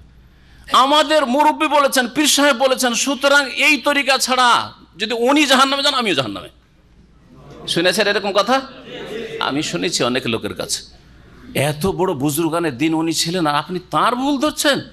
উনি যদি জাহান্নামে যান, আমি জাহান্নামে যাব। নাউযুবিল্লাহ, নাউযুবিল্লাহ। যদি রাসূলুল্লাহ সাল্লাল্লাহু আলাইহি ওয়াসাল্লাম সম্পর্কে বলতো, তার কামিয়াব হয়ে যেত। আর যে রাসূলুল্লাহ যেখানে যাবেন সেখানে আমি যাব, কামিয়াব হয়ে যেত। কিন্তু আমার সম্পর্কে বলবেন আপনি, আর কারো সম্পর্কে, আরে অমুক যেখানে যাবো ওইখানে আমি যাব। আরে আমি যদি গর্তে চলে যাই, আপনি গর্তে চলে যাবেন? কখনো না। আল্লাহ যেন বোঝার তৌফিক দান করেন। তাহলে তাগুত বুঝতে পেরেছেন এবারে? তাগুত কাকে বলে? তাগুত থেকে বাঁচতে হবে। ইবাদত আল্লাহ ছাড়া করবেন না। অনুসরণ একমাত্র ওহীর করবেন, আর কোরআন হাদিসের করবেন, আর কার? রসুলের করবেন। ফাত্তাবিউনি ইউহিব্বুকুমুল্লাহ। আর আনুগত্য আল্লাহর করবেন, রসুলের করবেন, বিনা কোনো শর্তে। তার জন্য কোনো শর্ত নেই, মযহাবে আছে কি নাই, আর হুজুর বলেছেন কি নাই। কিন্তু সালাফে সালেহ সাহাবায়ে কেরামরা এই আয়াতটার অর্থ বা এই হাদিসটার অর্থ কীভাবে বুঝেছেন, ওই দৃষ্টিভঙ্গিটা ঠিক রাখতে হবে। সাহাবায়ে কেরামদের দৃষ্টিভঙ্গিটা ঠিক রাখতে হবে। আপনি 3 অক্ষর পড়ে আপনি সাহাবায়ে কেরামকে আপনি পাশ কাটিয়ে চলে যাবেন, তার আয়াতের তরজমা তাফসীরটা বুঝতে পারলেন, নতুন জিকিরের তরিকা নিয়ে চলে আসবে। সাহাবীরা এরকম করতেন? হ্যাঁ, ওইটা নতুন এই তরিকা নিয়ে চলে আসে, সাহাবীরা এরকম করতেন। আপনি মুফতি সাহেব নিজে আপনি জিহাদের নামে খারেজি কাজে আর সন্ত্রাসের কাজে বেরিয়ে চলে গেলেন। সাহাবীরা এরকম করতেন যে খলিফা ছাড়া আর আমির ছাড়া রসুলের বিনা হুকুমে জেহাদে বেরিয়ে লাফিয়ে চলে গেছেন, করেছেন। তো এইরকম বহু বিষয় রয়েছে যেগুলি আমার এই কথার মধ্যে শামিল। তাগুত থেকে বাঁচতে হবে। আনুগত্যের ক্ষেত্রে আল্লাহ এবং রসুলের বিনা কোনো শর্তে নিঃশর্ত আনুগত্য, আর অন্যদের নেতার আনুগত্য, আলেম সাহেবের আনুগত্য, ওস্তাদের আনুগত্য কোরআন এবং হাদিসের আওতাতে, আল্লাহ এবং রসুলের আনুগত্যের আওতাভুক্ত হবে। ফামিনহুম মান হাদাল্লাহ, আল্লাহ পাক তাদের অনেককে হেদায়েত করেছেন, নবী রসুল পাঠিয়েছেন এই দাওয়াত লা ইলাহা ইল্লাল্লাহ নিয়ে, অনেক হেদায়েত হয়েছে, আল্লাহ পাক হেদায়েত করেছেন। অমিনহুম মান হাক্কাত আলাইহি দালালা, আর তাদের অনেকে ছিল যাদের ওপর গুমরাহি ভ্রষ্টতা অবধারিত হয়েছে, চেষ্টা করেননি, মেহনত করেননি, নবীর ডাকে সাড়া দেয়নি, তখন তাদের জন্য গুমরাহি অবধারিত হয়েছে। ফাসিরু ফিল আরদ, সুতরাং তোমরা পৃথিবীতে ভ্রমণ করো। ফানজুরু কাইফা কানা আকিবাতুল মুকাজ্জিবিন, আর দেখো একটু চিন্তা করে যে যারা মিথ্যা প্রতিপন্ন করেছিল আম্বিয়া রসুলগণের দাওয়াতকে, তাদের পরিণাম কি হয়েছে। ইনতাহারিস আলা হুদাহুম, আল্লাহ পাক নবী মুহাম্মদ সাল্লাল্লাহু আলাইহি ওয়াসাল্লাম সম্বোধন করে বলছেন যে হে নবী, তাদের হেদায়েতের জন্য তুমি যদি উদ্গ্রীব হও, হেদায়েতের জন্য তুমি যদি লালায়িত হয়। নবী সাল্লাল্লাহু আলাইহি ওয়াসাল্লাম অত্যন্ত আগ্রহী ছিলেন যে জাতি যদি সবাই হেদায়েত হয়ে যেত, সবাই যদি হিদায়ত হইত, একটাও কে যেন কাফের মুশরিক না থাকে, একটাও যেন অসৎ চরিত্রের না থাকে, একটাও যেন নাফরমান না থাকে। ইনতাহারিস আলা হুদাহুম, শুনে রাখো তাদের হেদায়েতের জন্য খুব লালায়িত যদি হও। ফাইনাল্লাহ লা ইয়াহদি মান ইউদিল্লু, আল্লাহ যাকে পথভ্রষ্ট করেন তাকে আল্লাহ হেদায়েত করেন না। কাকে আবার পথভ্রষ্ট করেন? তাহলে যে হেদায়েত নিতে চায় না, যে হেদায়েত নিতে চায় না, আমি যাবো না, আল্লাহ ধাক্কা দিয়ে পাঠাবেন না, কিন্তু আল্লাহ পাক রাস্তা দেখিয়ে দিয়েছেন, এটা হচ্ছে নবী রসুলগণের রাস্তা, আল্লাহ প্রদত্ত রাস্তা, এটা ভুল রাস্তা, শয়তানের রাস্তা, কোনটা নেবেন না, রাস্তা আল্লাহ দেখিয়ে দিয়েছেন। এই জন্য হাদাল্লাহ বলছেন আর আদাল্লাহ বলছেন, মাইয়ুদিল্লাহ বলছেন। আল্লাহ যাকে গোমরা করেন তাকে আল্লাহ হিদায়াত করেন না। গোমরা কখন করেন? তাদের পাপের কারণে। পাপের দিকে যখন কদম বাড়িয়ে দেয় তখন আল্লাহ পাক জবরদস্তি করেন না। ওমা লাহুম মিন নাসিরিন, আর তাদের কোনো সাহায্যকারী নেই। ও আকসামু বিল্লাহি জাহদা ঈমানিহিম, আর এই কাফের মুশরিকরা তারা দৃঢ় শক্ত শপথ করে থাকে, আল্লাহর কসম করে, বড়ই শক্ত কসম। কি বলে? আল্লাহর কসম করে বলে, আর ওয়াকাট্ট কসম করে, লা ইয়াবাসুল্লাহ মান ইয়ামুত, যারা মারা যায় তাদের পুনরুত্থান হবে না। আখিরাতকে অস্বীকার করতো কাফের মুশরিকরা, আর কসম কার করতো? আবার আল্লাহর কসম করে বল। আল্লাহ বলছেন বাল্লাহ, হ্যাঁ অবশ্যই অবশ্যই পুনরুত্থান হবে। ওয়াদান আলাইহি হাক্কান, আল্লাহর ওপর এই ওয়াদা প্রতিশ্রুতির বাস্তবায়ন রয়েছে, আল্লাহ অবশ্যই এই প্রতিশ্রুতির বাস্তবায়ন করবেন। ওয়ালাকিন্না আকসারান নাস লা ইয়ালামুন, অধিকাংশ মানুষ আসল বিষয়টা জানে না। কেন আল্লাহ পাক পরকাল কায়েম করবেন? কেন আল্লাহ বিচার দিবসে হাজির করবেন? লিয়ুবাইয়িনা লাহুমুল্লাযী ইখতালিফুনা ফীহি ওয়া লিয়ালামাল্লাযীনা কাফারু আন্নাহুম কানু কাযিবিন। দুটো উদ্দেশ্য আখিরাত কায়েম করার, পরকাল বিচার দিবস হাসর কি জন্য হবে? দুটো উদ্দেশ্য আল্লাহ এখানে উল্লেখ করেছেন। একটি হচ্ছে লিয়ুবাইয়িনা লাহুমুল্লাযী ইখতালিফুনা ফী, যাতে করে ওই সব কাফের অবাধ্যদের জন্য, পাপিষ্ঠদের জন্য স্পষ্ট করে দেন ওই বিষয়টি যেই বিষয়ে তারা মতবিরোধ করেছিল।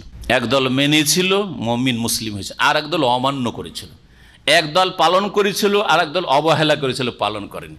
একদল 5 ওয়াক্ত সালাত কায়েম করেছিল, আর একদল মনে করেছে পেট পূজা হচ্ছে বড় কাজ, যে পেটের সুখী, পেট সুখী তো জগৎ সুখী, এগুলি তাদের ভাষা ছিল। হ্যাঁ, পেট সুখী, দেশে বিদেশে এসছি এখানে ইসলামিক সেন্টারে শিক্ষার জন্য, না এখানে পয়সার জন্য এসছি, নামাজ পড়ার জন্য আসেনি সৌদি আরবে, হজ উমরার জন্য আসেনি, পেট পূজার জন্য এসছে।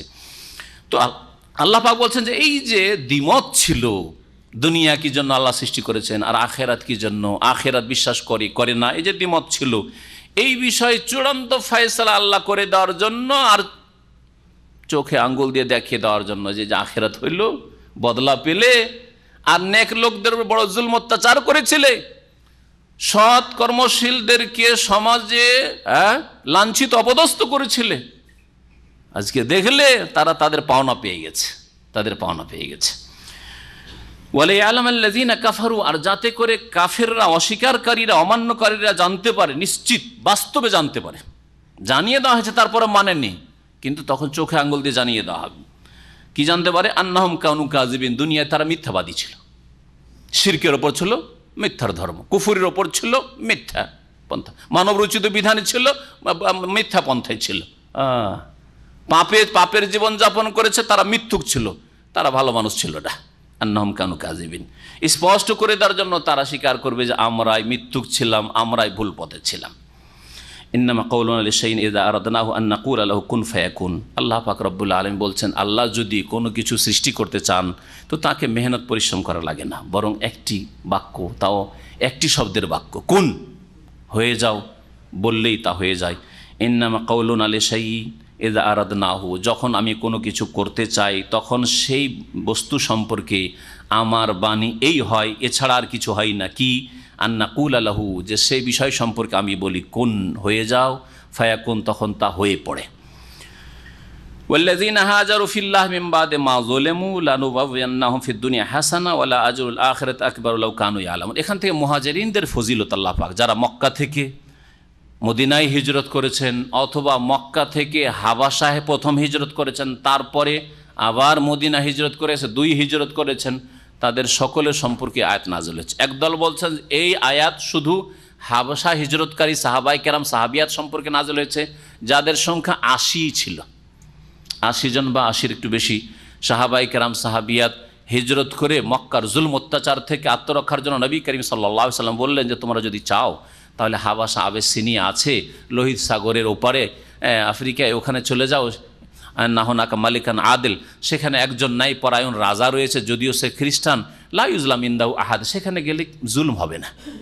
মক্কায় যেমন আবু জাহল, আবুল আবদ বা সাইবা রাবিয়া, এই জালেমরা জুলম অত্যাচার করছে, তোমাদের দিন পালন করতে দিচ্ছে না, সেখানে তোমরা স্বাধীনভাবে তোমাদের দিন পালন করতে পারবে আর সেখানে থাকতে পারবে, যদিও সেটা অমুসলিম দেশ। তাহলে নাই মামাতে কানা মামা ভালো, এই নীতিটা মনে রাখেন, তাই না?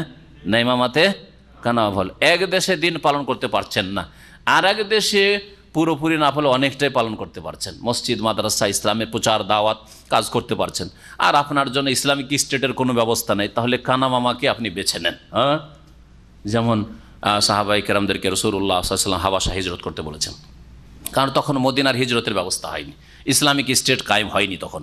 আল্লাহ পাক রব্বুল আলামিন বলছেন যে ওয়াল্লাযীনা হাজারু ফিল্লাহি মিন বাদি মা যুলিমু, আর ওই সব লোকেরা যারা আল্লাহর সন্তুষ্টির জন্য হিজরত করেছে, মিন বাদি মা যুলিমু, তারা নির্যাতিত হওয়ার পরে, তাদের জুলম অত্যাচার হওয়ার পরে, লানুবাওয়িআন্নাহুম ফিদ দুনিয়া হাসানা, অবশ্যই তাদেরকে ইহকালে সার্বিক কল্যাণ দান করব, মঙ্গল দেবেন আল্লাহ পাক, মঙ্গলময় জীবন দান করবেন আল্লাহ বলেছেন, দুনিয়াতেও আল্লাহ পাক বলছেন।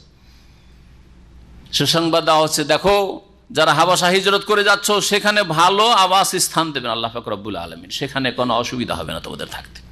নবী করিম সাল্লাল্লাহু আলাইহি ওয়াসাল্লামের যেসব সাহাবায়ে কেরাম সাহাবিয়াতরা হিজরত করেছে তার মধ্যে ছিলেন নবী সাল্লাল্লাহু আলাইহি ওয়াসাল্লামের জামাই উসমান রাদিয়াল্লাহু তাআলা, তার স্বয়ং মেয়ে রুকাইয়া বিনতে রাসূলুল্লাহ সাল্লাল্লাহু আলাইহি ওয়াসাল্লাম, এই রুকাইয়া রাদিয়াল্লাহু আনহাকে নিয়ে এই নবীর এই মেয়েকে নিয়ে হিজরত করেছেন উসমান রাদিয়াল্লাহু তাআলা আনহু। জাফর আলী রাদিয়াল্লাহু তাআলা ভাই জাফর ইবনে আবি তালেব, তিনি হিজরত করেছেন, আরও সাহাবায়ে কেরামরা হিজরত করেছিলেন সাহাবিয়াতরা। আর কেউ কেউ বলছেন যে এই আয়াত মদিনার হিজরত সম্পর্কে, ওয়ালা আজরুল আখিরাত আকবার, অবশ্যই পরকালের যে পুরস্কার রয়েছে তা এর চাইতে অনেক বড়। দুনিয়াতে তো আল্লাহ পাক ভালো অবস্থা দেবেন, ভালো দেবেন, কিন্তু আখিরাতে আরও মহাপুরস্কার রয়েছে। লাউ কানু ইয়ালামুন, তারা যদি জানতো, আল্লাযীনা সাবারু আলা রাব্বিহিম ইয়াতাওয়াক্কালুন, যারা ধৈর্য ধারণ করেছে এবং আল্লাহর উপর আস্থা ভরসা করেছে। সাহাবায়ে কেরাম মুহাজিরিনদের উপর আয়াত ফিট হচ্ছে, ধৈর্য ধারণ করেছেন মক্কায়। ধৈর্য ধারণ করা, এক নতুন দেশে গিয়ে নতুন পরিবেশে বসবাস, ধৈর্যের প্রয়োজন রয়েছে। এখানে অনেকে কাজের জন্য আসেন, ব্যাক করে চলে যান, থাকতে ভালো লাগে না, তাই না? অথচ মুসলিম দেশে, ইসলামিক দেশে আসেন, তারপর ভালো লাগে না। হ্যাঁ, মাতৃভূমি ছেড়ে এসে, বাপ মাকে ছেড়ে এসে, স্ত্রী ছেলে মেয়ে ছেড়ে এসে আল্লাহর উপর ভরসা তারা করেছেন, আল্লাহ হেফাজত করবেন।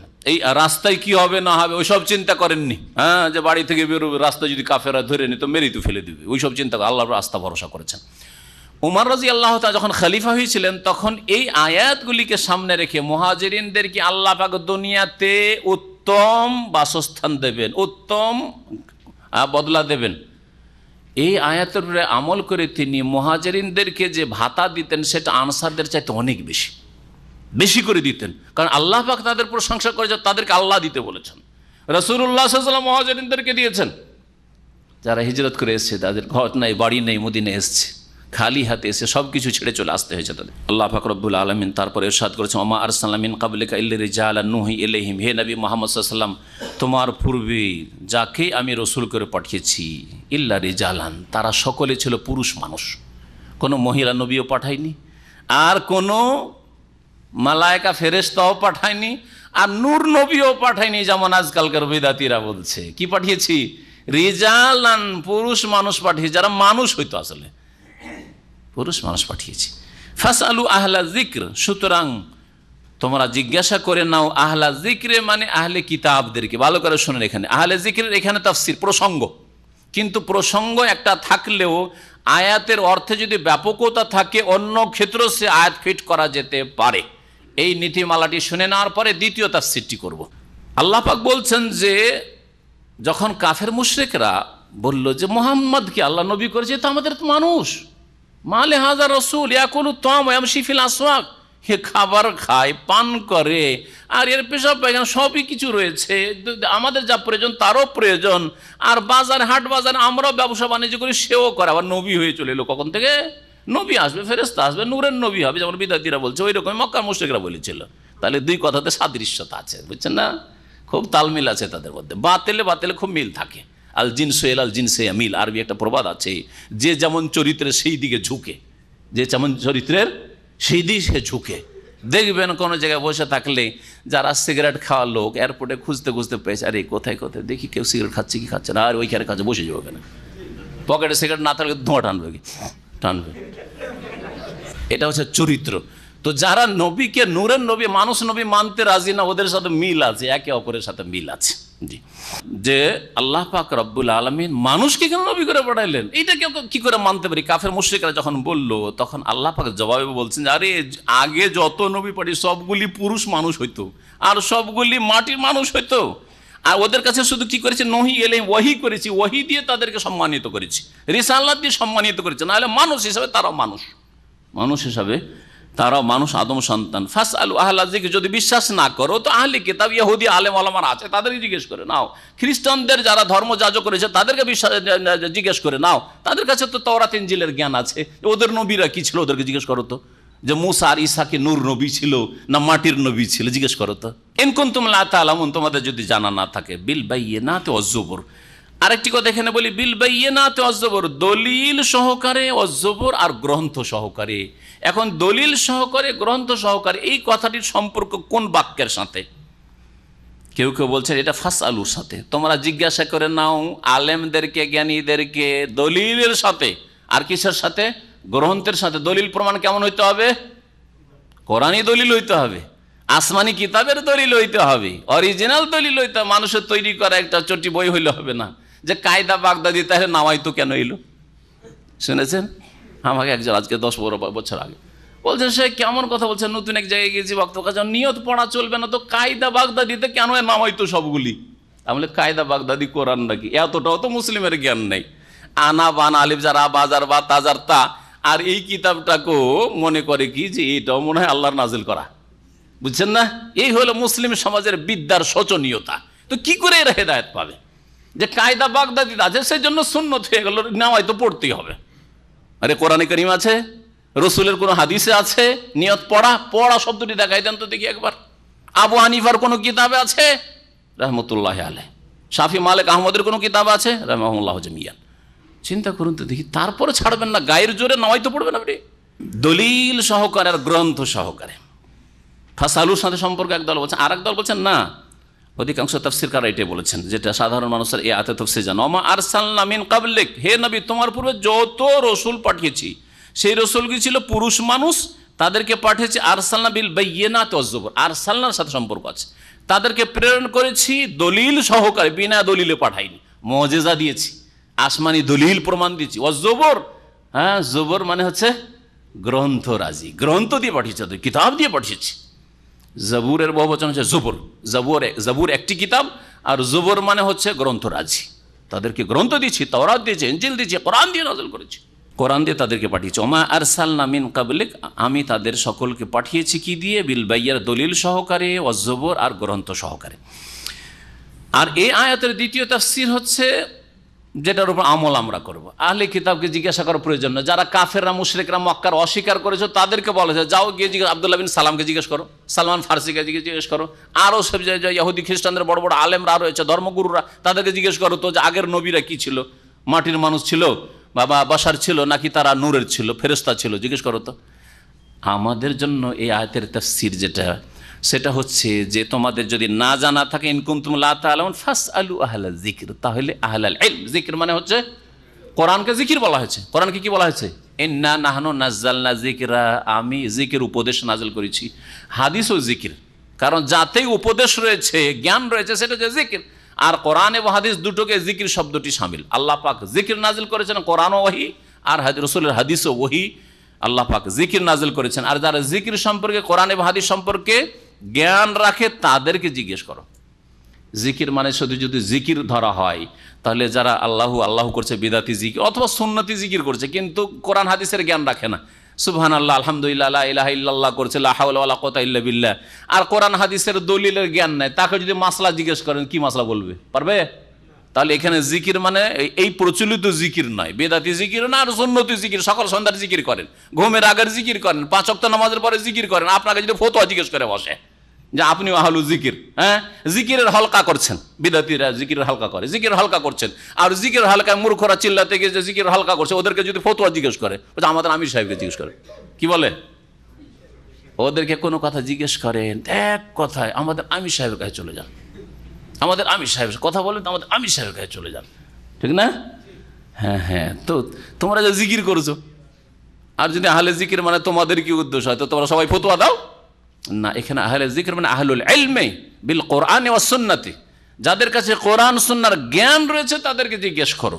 ইন কুনতুম লা তা'লামুন, যদি তোমাদের না জানা থাকে, দলিল সহকারে আর গ্রন্থ সহকারে। দলিল একটু টিপে টিপে দেখে নিয়েন, আমার অন্ধ অনুসরণ করিয়েন না। আপনি অতি ভক্তিতে গিয়ে আরে এত বড় মুরব্বী হুজুর বলছেন, না, সব কথাই দলিল সম্ভব নয় আপনার জন্য। সাধারণ মানুষের জন্য সব কথাই কেন, 1000টা দলিল হয়তো আয়ত্ত করা সম্ভব না, কিন্তু 10টা তো সম্ভব। 10টা দলিল যদি যাচাই করে নেন, তাহলে জেনে নেবেন যে আমি কোরআন হাদিসের কথা বলার চেষ্টা করি নাকি শিরক বিদআতের দিকে রাস্তা থাকে, বুঝতে পারবেন আপনি। ব্যাস, 10টার মাধ্যমে লাখ লাখ সম্পর্কে আপনার জ্ঞান হয়ে যাবে। যেমন 2-3টে ভাত টিপে দেখলে, গোটা পাত্রে যদি আপনি 5 কিলো 10 কিলো চাউলের ভাত থাকে, আপনি টের পেয়ে যান যে ভাত সিদ্ধ হয়ে গেছে, তাই না? চাউল সিদ্ধ হয়ে গেছে, বুঝতে পারেন না? হ্যাঁ, এই উদাহরণ অনেকবার আমি দিয়ে থাকি, যেন একটু টিপে দেখতে হবে, আলেম ওলামাদেরকে একটু টিপে দেখতে হবে। যদি দেখা যায় যে পরস্পর বিরোধী ফতোয়া, তাহলে দুটোর মধ্যে যাচাই বাছাইয়ের জন্য আপনাকে আর একজনকে জিজ্ঞেস করতে হবে, বা আপনাকে কিছু একটু চোখ খুলে পড়াশোনা করতে হবে, দলিলগুলি সবগুলি মিলিয়ে দেখতে হবে। আর অন্ধ হয়ে আমাদের আলেম সুতরাং যেটা বলছে ওইটাই ঠিক, হ্যাঁ, আমাদের দলের সুতরাং যেই ফতোয়া দিয়েছে ওইটাই ঠিক, এটা চলবে না, কিন্তু এটা গুমরাহি। আল্লাহ পাক বলছেন ওয়া আনজালনা ইলাইকা যিকরা, হে নবী তোমার উপর উপদেশ নাজিল করেছি। আল্লাহ পাক উপদেশ জিকির নাজিল করেছেন। দেখলেন জিকির কাকে বলা হইল? কোরআন এবং হাদিসকে, ওহীকে ওহী নাজিল করেছি।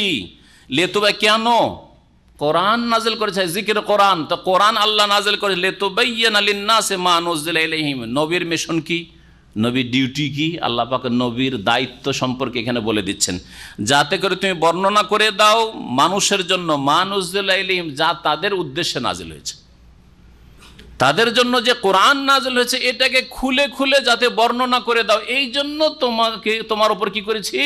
ওয়া আনজালনা আলাইকা যিকরা, ওয়া আনজালনা ইলাইকা যিকরা, তোমার উপর উপদেশ কোরআন নাজিল করেছি। এই আয়াত সম্পর্কে একটু গভীরভাবে চিন্তা করেন। আল্লাহ কোরআন নাজিল করেন নবীর ওপর, কোরআন যথেষ্ট? কোরআন যথেষ্ট না নবীর বয়ানের প্রয়োজন রয়েছে? নবীর বয়ানের প্রয়োজন রয়েছে। এই জন্য আল্লাহ বলছেন লিতুবাইয়িনা লিন-নাসি মা নুজিলা ইলাইহিম, যা তাদের উদ্দেশ্যে নাজিল করা হয়েছে তা যাতে করে খুলে খুলে তুমি বর্ণনা করে দাও, বিশদভাবে আলোচনা করে দাও। হ্যাঁ, এই জন্য আল্লাহ বলছেন আকিমুস সালাহ, সালাত কায়েম করো। নবী সাল্লাল্লাহু আলাইহি ওয়াসাল্লাম বলছেন খামসু সালাওয়াতিন, 5 ওয়াক্ত নামাজ কায়েম করতে হবে। আর টাইম টেবিলগুলো ফজর, জোহর, আসর, মাগরিব, এশা, কোরআন আয়াতে আছে 5 ওয়াক্ত নামাজের নাম, 5 ওয়াক্ত নামাজের সংখ্যা, 17 রাকাত ফরজ আছে নেই। তাহলে আহলে কোরআন যে গুমরাহ, আহলে কোরআন মুসলিম থাকতে পারে না যদি রাসূলুল্লাহ সাল্লাল্লাহু আলাইহি ওয়াসাল্লাম হাদিস না মানে। আহলে কোরআন কাদের বলা হয়? যারা বলে কোরআনই যথেষ্ট, হাদিস জানি না, হাদিস পরে সংকলন হয়েছে, আর হাদিস আমরা বিশ্বাস করি না, কোরআনই আমাদের জন্য যথেষ্ট। তারা কখনো ইসলামের কোনো বিধান পালন করতে পারবে না, নামাজও পড়তে পারবে না, যাকাতও দিতে পারবে না, রোজাও রাখতে পারবে না, হজও করতে পারবে না, উমরাও করতে পারবে না, হেজাব পর্দার মশলাও পাবে না, হালাল হারামের মশলা পর্যন্ত পাবে না, সামান্য কিছু পাবে, পাবে, কিছু পাবে, কিন্তু কিছু পাবে না। দুই বোনকে বিবাহ করা হারাম একসাথে, তাই না? একসাথে দুই বোনকে বিবাহ করা হারাম, কিন্তু আপনার স্ত্রী আর তার আপন খালা একসাথে বিবাহ করা জায়েজ? আপনার স্ত্রী আর তার আপন ফুফু বিয়ে করা জায়েজ? দুটো জায়েজ নাই। এই দুটো শেষ দুটো মশলা কোথায় আছে? সহিহ হাদিস, সহিহ বুখারীতে আছে, কোরআনে তো নেই। কিন্তু ওয়ান তাজমাউ বাইনাল উখতাইন, দুই বোনকে একত্রিত করিও না, হারাম, আল্লাহ এটা কোরআনে বলেছেন। তাহলে আহলে কোরআন তার স্ত্রী আর তার ফুফুকে বিয়ে করবে, স্ত্রী আর তার খালাকে বিয়ে করে বসে আছে, খালা শাশুড়িকে একসাথে নিয়ে বসে আছে, করবে। আর এটা যদি করে সে মুসলিমই থাকবে না, নামাজ কি করে পড়বে? কত রাকাত শুরু, কোনখানে কোন আয়াত আছে যে নামাজ শুরু হবে তাকবীরে তাহরিমা দিয়ে আর সালাম দিয়ে শেষ হবে? বলেন, আছে? তাহলে মুসলিম থাকতে পারবে? আহলে কোরআনের খণ্ডন এই আয়াতেই রয়েছে, লিতুবাইয়িনা লিন-নাসি মা নুজিলা ইলাইহিম। কোরআনই যদি যথেষ্ট হয় তাহলে আবার নবী পাঠাবার কি প্রয়োজন হলো? তাহলে আরে কোরআনটা নাজিল করে দিয়ে হয়তো আর ওদেরকে তাফসীর ধরিয়ে দেওয়া হয়তো, বাস বুঝো তোমরা নাকি? আরে কোরআনের ব্যাখ্যা বিশ্লেষণ করার জন্যই তো রাসূলকে পাঠানো হয়েছে। ওয়ালা আল্লাহুম ইয়াতাফাক্কারুন, যাতে করে তারা চিন্তা করে। আফা আমিনাল্লাযিনা মাকারু সাইয়্যাত, তারা কি নির্ভয় হয়ে গেছে?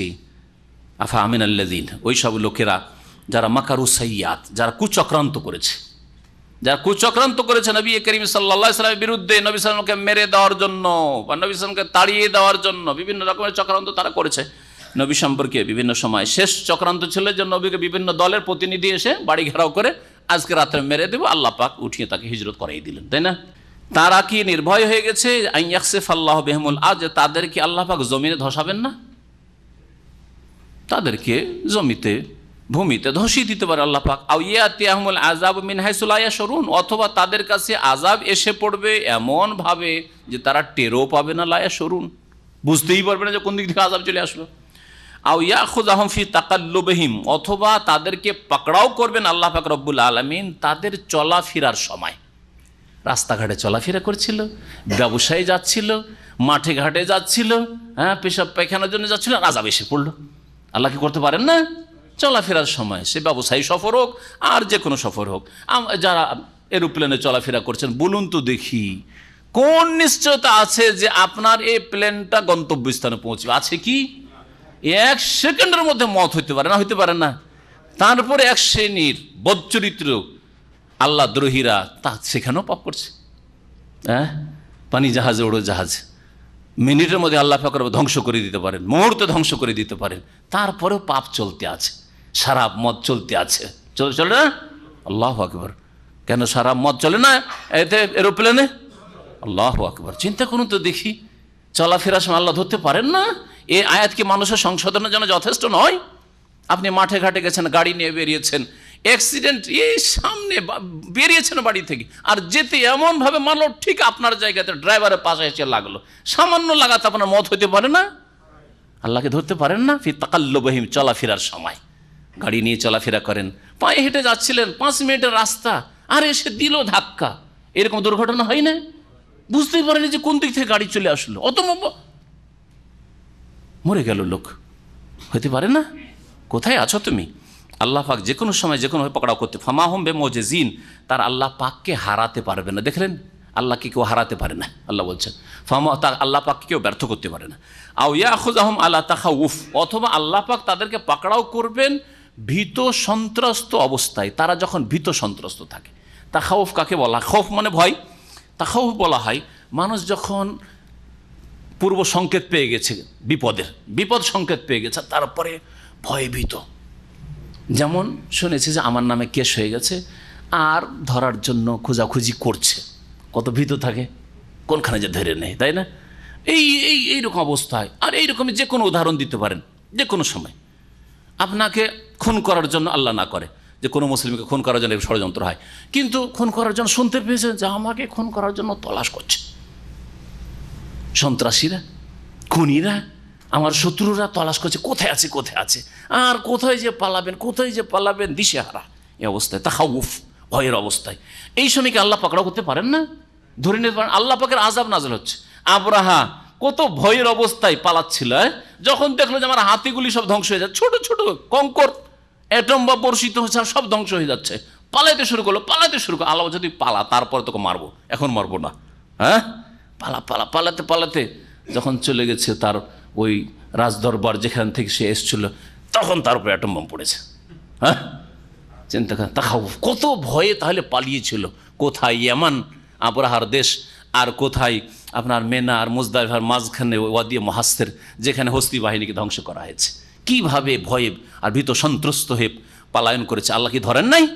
আল্লাহ পাক বলছেন তারপরে ফাইন্না রব্বাকুম লারাউফুর রহিম। দেখ, তারপর আল্লাহ পাক আযাব দেন না, সারা জীবনটা 70-80 বছর 100 বছর ছেড়ে দিচ্ছেন। কেন? কারণ তোমাদের প্রতিপালক হে মানুষ লারাউফ, অত্যন্ত দয়াশীল, স্নেহশীল। রাউফ মানে স্নেহশীল, রহিম আর বড় দয়ালু। আওয়ালাম ইয়ারাউ ইলা মা খালাকাল্লাহু মিন শাইইন তাফাইয়া ওয়া জিলালুহু আনিল ইয়ামিন ওয়াশ শামাইল সুজদান লিল্লাহি ওয়া হুম দাখিরুন। আল্লাহ পাক রব্বুল আলামিন তার কিছু যে সৃষ্টিগত কুদরত, ক্ষমতার বহিঃপ্রকাশ রয়েছে পৃথিবীতে, সেগুলির কিছু উল্লেখ করছেন। আর আল্লাহ পাকের অন্যান্য সমস্ত সৃষ্টি আল্লাহর অনগত, আল্লাহকে সেজদা করে, আল্লাহর সামনে বিনয়ী হয় সৃষ্টিগত দিক থেকে। আর তাদের ভাষা দিয়ে, যেই ভাষা হয়তো আমরা বুঝি না। আল্লাহ বলছে আওয়ালাম ইয়ারাও, মানব জাতিকে একটু চিন্তা করে দেখে না, ইলা মা খালাকাল্লাহু মিন শাই, যেসব বস্তু আল্লাহ পাক সৃষ্টি করেছেন সেগুলিতে ইয়াতাফাইয়া ও জিলালুহু আনিল ইয়ামিন ওয়াশ শামাইল, ডান দিকে আর বাম দিকে আল্লাহ পাকের সৃষ্টির ছায়া ঢলে পড়ে। সকালবেলা একদিকে ছায়া থাকে আর বিকেলবেলা অন্যদিকে ছায়া ঢলে পড়ে। ছায়া ঢলে না, এই দিক থেকে ওই দিকে, বেলা গড়ে গেল ছায়াও গড়ে গেল, হয় না? হ্যাঁ, আল্লাহ বলছেন সুজদান লিল্লাহ, এই যে ছায়াগুলি ঢলে পড়ছে এই দিক থেকে ওই দিকে, এটা আল্লাহর সামনে সিজদায় অবনত হওয়া। আল্লাহর সামনে সিজদায় অবনত হয় তারা, বা এইসব সৃষ্টি অহম দাখিরুন, বিনয়ী হয়ে। অহম দাখিরুন মানে জলিলুন, বিনয়ী হয়ে। আল্লাহ পাকের সমস্ত সৃষ্টিতে বিনয়ী রয়েছে, একমাত্র মানুষ আর জিন। এদের কাসীরুম মিনান নাস ওয়া কাসীরুন হাক্কা আলাইহিদ দালাল, বহু মানুষ আর জিন আল্লাহকে সেজদা করে, আল্লাহর আনুগত্য করে, আর বহু মানুষ আর জিন রয়েছে সেগুলির জন্য গুমরাহি অবধারিত হয়েছে। আল্লাহ কোরআনে বলেন, আল্লাহ পাক রব্বুল বলছেন ওয়ালিল্লাহি ইয়াসজুদু মা ফিস সামাওয়াতি ওয়া মা ফিল আরদ, আকাশে যা কিছু রয়েছে আর জমিনে যা কিছু রয়েছে সব কিছু আল্লাহকে সেজদা করে। মিন দাব্বাতিন, সেসব প্রাণী, ওয়াল মালায়েকা, এবং ফেরেশতারাও। মালায়েকা যেহেতু দাব্বা বলা হয় যেগুলি জমিনে পায়ে চলে অথবা পেটের ভরে চলে, এগুলিকে দাব্বা বলা হয়। যত জন্তু রয়েছে 2 পায়ে চলুক আর 4 পায়ে চলুক অথবা বহু পায়ে চলুক বা পেটের ভরে চলুক, চলছে না? হ্যাঁ, কিন্তু ফেরেশতা যেহেতু দাব্বা নয়, জমিনে মানুষের মতো পায়ের ভরে চলা সৃষ্টি নয়, ফেরেশতা উড়ে। এই জন্য ফেরেশতাদের গুণ সম্পর্কে আল্লাহ বলেন সূরা ফাতির উলি আজনেহা, হ্যাঁ, ডানা বিশিষ্ট। সেজন্য আল্লাহ পাক দাব্বার মধ্যে গণ্য করেননি। দাব্বার পরে বলছেন ওয়াল মালায়েকা, এবং ফেরেশতাও সেজদা করে, ওয়াহুম লা ইস্তাকবিরুন, এবং তারা অহংকার করে না। একমাত্র অহংকারী মানুষ এক শ্রেণীর, আর এক শ্রেণীর জিন। ইয়াখাফুনা রাব্বাহুম মিন ফাওকিহিম, তাদের ওপরে যে তাদের রব রয়েছে তাকে ভয় করে। আল্লাহ পাক কোথায় রয়েছেন তাহলে? সর্বত্র বিরাজমান, তাই না? এটা ইসলামী আকীদা, আল্লাহ সর্বত্র বিরাজমান। ইসলামী আকীদা, মুমিনের কলবে কলবে আল্লাহ, তাহলে মিন ফাওকিহিম কেন আল্লাহ বললেন? আয়াত বুঝে আসে না? আল্লাহ ইয়াখাফুনা রাব্বাহুম, ওই সব সৃষ্টি তাদের রবকে, তাদের প্রতিপালককে ভয় করে। মিন ফাওকিহিম, যিনি তাদের ওপরে, আল্লাহ ওপরে রয়েছেন, সৃষ্টি থেকে পৃথক সবকিছুর ঊর্ধ্বে আল্লাহ পাক রব্বুল আলামিন রয়েছেন আরশে আজিমে। ওয়া ইয়াফআলুনা মা ইউমারুন, আর যার আদেশ তাদেরকে হয় বা যা নির্দেশ দেওয়া হয় তাই তারা করে, তারা অবাধ্য হয় না। এখানে সিজদা রয়েছে, আলোচনার পরে সিজদা করে নেবেন। আর সময় শেষের দিকে এখানে আমাদের তাফসীর শেষ করছি। আমাদেরকে উত্তম সমাপ্তি যেন দান করেন, হুসনুল খাতেমা, শেষ সময় আল্লাহ পাক ভালো অবস্থায় দুনিয়া থেকে বিদায় হওয়ার তৌফিক যেন দান করেন। আল্লাহ পাক রব্বুল আমাদের সকলকে জান্নাতুল ফিরদৌস যেন দান করেন। সুবহান রাব্বিকা রাব্বিল ইজ্জাতি আম্মা ইয়াসিফুন ওয়া সালামু আলাল মুরসালিন ওয়াল হামদুলিল্লাহি রাব্বিল আলামিন।